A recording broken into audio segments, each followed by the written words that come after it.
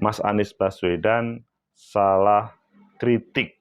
PDIP menyampaikan seharusnya Mas Anies minta maaf ketika mengkritik perbandingan Jokowi sama SBY. Partai Demokrat membela Mas Anies Baswedan. Bagaimana menurut kalian? Apakah dialektika yang ada di publik ini memberi sumbangsih untuk perbaikan negeri atau malahan menjadikan yang kurang baik dalam pembangunan demokrasi? Menurut analisis saya,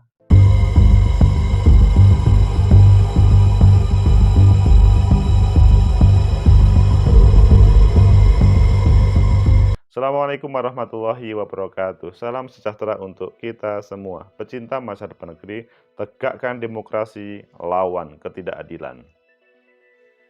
Ya, kritik yang disampaikan Mas Anies Baswedan langsung direspon berbagai varian dari partai pengusung pemerintah ataupun partai pengusung Mas Anies Baswedan.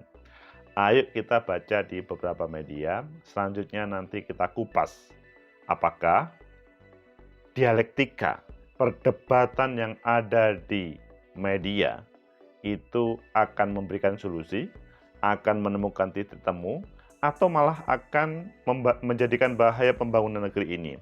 Pertama kita baca di liputan 6, Anies Baswedan salah baca data saat kritik pembangunan jalan. PDIP sepatutnya minta maaf. Kemudian yang kedua di Detik, Partai Demokrat serang balik PDIP DKI yang nilai Anies harus minta maaf soal data jalan. Oh, dibela oleh Partai Demokrat. Selanjutnya di Tribun, Anies salah data pembangunan jalan era Jokowi SBY dan SBY, tim pemenangan malah salahkan media. Kalian memilih yang mana? Kita pilih ketiga-tiganya, tetapi kita ambil nukil sedikit by sedikit. Pertama di liputan 6, Anies Baswedan salah baca data saat kritik pembangunan jalan. PDIP sepatutnya minta maaf.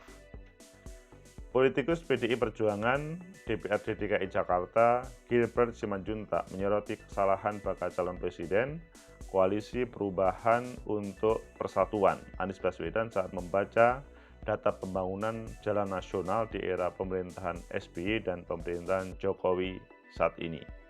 Heboh soal salah data tentang panjang jalan yang dibangun era Presiden SBY yang dikatakan Anies Baswedan lebih panjang dari yang dibangun Presiden Jokowi. Tidak diikuti permintaan maaf Anies maupun timnya, kata Gilbert dalam keterangan tertulis. Keterangan tertulis. Menurut Gilbert, atas kesalahan tersebut Anies sepatutnya meminta maaf, bukan malah menyalahkan media. Sumber data yang dikutipnya, Gilbert juga menyayangkan kerja Anies Baswedan dan tim karena tidak mengecek kebenaran data pembangunan jalan terlebih dahulu sebelum disampaikan ke publik. Sepatutnya Anies dan tim menggunakan akal sehat soal berita tersebut. Kemudian kalau di Detik, coba kita lihat Partai Demokrat serang balik PDIP DKI yang nilai Anies harus minta maaf soal data jalan. PDIP menilai yang disampaikan tadi, kutipan data BPS yang disampaikan Mas Anies tak ada yang salah. Data yang tersaji dari BPS seperti itu adanya. Jika kemudian Kementerian PUPR melalui Dirjen Bina Marga, Hedi Rahadian panik dan kebakaran jenggot setelah data itu dipresentasikan ke publik, itu justru patut dipertanyakan. Mengingat bahwa sejak dulu penyajian data di BPS seperti itu, kata Deputi Bapilu DPP Partai Demokrat Kamhar Lakumani. Jadi ini adalah yang disampaikan oleh Partai Demokrat. Kita lanjutkan saja ya. Kamhar menilai data yang disajikan oleh BPS jelas memperlihatkan keberpihakan pemerintah melalui data itu. Kata dia terlihat kebijakan era Presiden SBY pro rakyat ketimbang era pemerintahan saat ini. Terlepas dari motif pihak-pihak yang menjadikan ini polemik, terang benderang data dari BPS ini menegaskan prioritas dan bentuk keberpihakan pemerintah kebijakan pemerintah Pak SBY termasuk dalam pembangunan infrastrukturnya, nafas dan jiwanya pro rakyat. Sementara pemerintah pro Jokowi terbaca lebih berorientasi proyek dan tidak pada pro rakyat. Ini ada tambahan kritiknya. Dia juga memandang justru PDIP yang semestinya meminta maaf kepada masyarakat karena mendorong kader yang penuh dengan gimmick dalam gerakan gelaran pemilu dan dari tahun ke tahun. Justru mereka semestinya harus minta maaf kepada rakyat. Presiden dijadikan petugas partai, bukan petugas rakyat, agar menjadi negarawan yang menjadikan kepentingan rakyat. Bangsa dan negara sebagai yang utama dan utamakan, bukan kepentingan golongan atau kepentingan kelompok tertentu saja. Mereka yang mesti meminta maaf kepada rakyat karena sejak awal hadir yang didorong dan dipromosikan menjadi pemimpin di tingkat nasional dipenuhi rekayasa dan gimmick. Model pemimpin yang hanya pandai mengumbar janji namun tak cakap dalam menunaikannya. Wah, ini kritiknya kok sampai segini sih. Sebelumnya kepada Dikrada PDIP DKI Gilbert Simanjuntak menyayangkan Anies Baswedan yang tadi yang sudah saya sampaikan, heboh soal salah data tentang panjang yang dibangun era Presiden SBY yang dikatakan Anies Baswedan lebih panjang dan dibanding pada waktu Pak Jokowi. Anies sepatutnya minta maaf yang disampaikan oleh Gilbert tadi. Jadi lebih lanjut, anggota DPRD Jakarta ini juga menilai Anies sebetulnya tidak patut membandingkan pembangunan jalan di era Jokowi dan SBY. Dia beralasan kata Anies menjabat saat menjadi gubernur atau menjabat sebagai gubernur DKI bla bla bla bla bla bla bla. Pecinta masa depan negeri, tegakkan demokrasi, lawan ketidakadilan. Menarik kan dialektika seperti ini karena terjadi debat. Tetapi apakah hal ini akan menghasilkan sesuatu yang bermanfaat untuk negeri ini, atau memang dibutuhkan dalam pembangunan negeri, atau akan malah merusak? Menurut analisis saya, pertama, bahwa dialektika itu penting, sehingga keterbukaan muncul.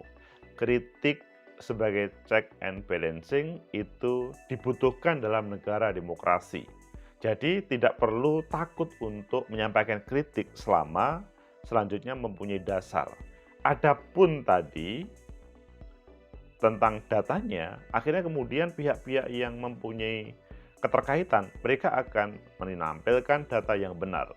Tetapi bahwa dialektika yang menarik, kritik sebagai check and balancing itu penting supaya tidak terjadi sebuah negara demokrasi yang dikungkung dalam keterpaksaan atau pemaksaan.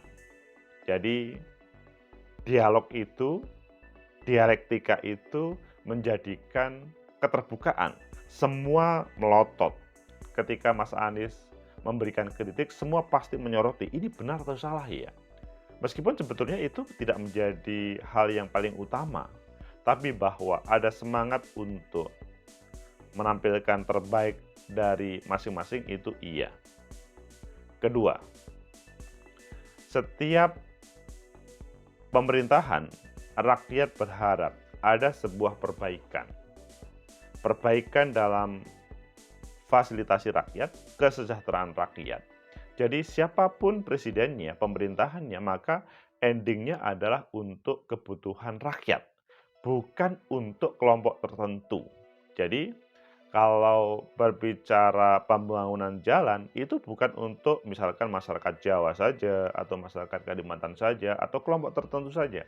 Tapi itu semua adalah untuk seluruh kepentingan rakyat. Dan endingnya adalah semua rakyat sejahtera. Jadi, peruntukan pembangunan itu bukan misalkan, seandainya saya presiden, maka ini digunakan untuk rakyat yang memilih saya, bukan, untuk semuanya. Jadi teman-teman kalau pengen menjadi presiden harus siap, presiden for all, bukan untuk kelompok ataupun partainya. Itu yang menjadi penting. Dan yang kemudian yang ketiga, apakah ini akan memperbaiki negeri? Menurut saya iya. Bahwa ada check and balancing itu iya. Bahwa mereka saling mempertahankan itu iya. Bahwa ada semangat, ayo kamu harus minta maaf, itu iya. Tetapi bahwa mereka kalau berdewasa, maksudnya berdemokrasi secara dewasa, dengan menampilkan terbaik kritiknya, tanpa harus di belakangnya itu memojokkan, maka akan menghasilkan sesuatu untuk negeri ini. Jadi, kritikan itu menurut saya akan menjadikan dewasa. Jadi, kehidupan lampau ketika misalkan Orde Baru. Orde Baru itu sebetulnya banyak pembunuhan yang bagus, banyak produk-produk Orde Baru banyak yang bagus, tapi ketika ada proses kritik dan dilarang, atau kritik yang kemudian yang mengkritik itu selanjutnya menjadi sasaran tembak, maka akhirnya check and balancing berkurang pada titik tertentu, meskipun tidak selama Orde Baru. Sehingga kapanpun itu check and balancing itu diperlukan untuk presiden yang terpilih, pemerintah yang mendapat amanah rakyat berjalan on the track. Sehingga ya kita nikmati bagaimana perdebatan yang ada, BPS yang menampilkan data harus secara serius, kemudian kementerian-kementerian yang ada hubungannya dengan BPS, PUPR misalkan, juga harus menampilkan data yang benar, tidak berdasarkan pada saat ini. Karena pada saat ini, ketika pemerintahnya Pak Jokowi, nanti akan ada pemerintahan baru. Dan terjadi dialektika yang sama. Pada waktu kemarin, pada waktu PSB juga seperti itu. Jadi, membandingkan itu sebetulnya bukan untuk menjatuhkan, tapi bagaimana pemerintah yang sedang berjalan minimal harus sama dengan yang kemarin atau harus lebih baik. Kalau belum memenuhi, maka tidak sesuai dengan ekspektasi pada waktu visi misi, waktu kampanye, begitu juga program kerja waktu yang kemarin. Dan para pembantu presiden, semua lembaga yang seharusnya bekerja untuk negara itu selanjutnya harus ya bukan karena Pak Presiden, tapi karena memang bekerja sebagaimana apa yang seharusnya dikerjakan. Semoga bermanfaat. Kritik adalah dibutuhkan dalam negara demokrasi. Like, subscribe, and share. Sampai jumpa.